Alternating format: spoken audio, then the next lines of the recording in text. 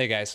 Okay, so I know Halloween is just around the corner, but I wanted to actually talk to you about a Christmas story. And I think it actually still works because this is a very, very scary Christmas story. I'm talking about the well known classic we all know and love, Rudolph the Red-Nosed Reindeer. And I'm really, really sorry, but I'm about to poke some major, major holes in this narrative.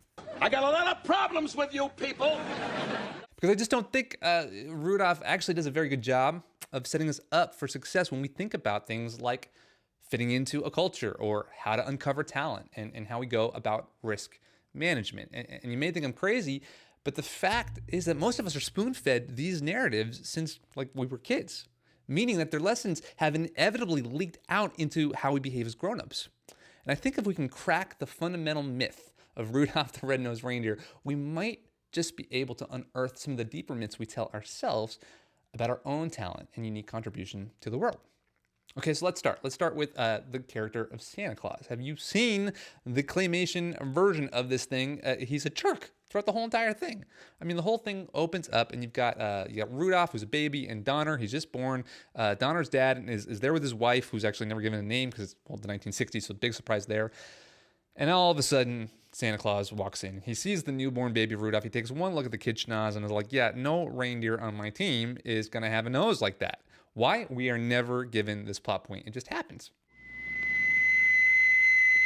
Great bouncing iceberg. Now, I'm sure it'll stop as soon as he grows up, Santa. Well, let's hope so if he wants to make the sleigh team someday.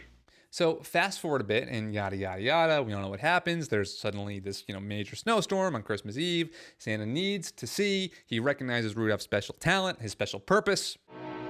I've got a special purpose. And this is really the crux of my problem, my issue with the Rudolph story, is that Rudolph's value is entirely dependent on whether or not other people consider him useful at the time. Like up until then, it's considered a nuisance, it's considered a blemish, it's considered something to be covered up. Like if we were to plot the value proposition of Rudolph the Red-Nosed Reindeer on a map, it would look something like this. I just wonder how much brighter that kid's nose would have glowed if somebody would have paid attention to it, would have cultivated it from an early age. And in reality, our value, our unique personhood, the unique contribution we give to the planet simply just by breathing, simply by having air in our lungs, is not dependent on whether or not other people happen to notice our particular usefulness or not. So what in the world does this have to do with talent mobility?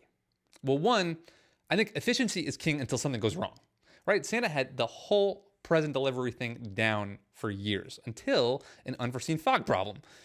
But the thing is that Santa doesn't have any competitors. And if the Tooth Fairy or Easter Bunny, happen to be watching this thing, don't even bother commenting on the chat. Okay, you had nothing. You had years to develop a long-term strategy, and you're still walking around with loose change and pastel-colored eggs. Nothing. I'm sorry.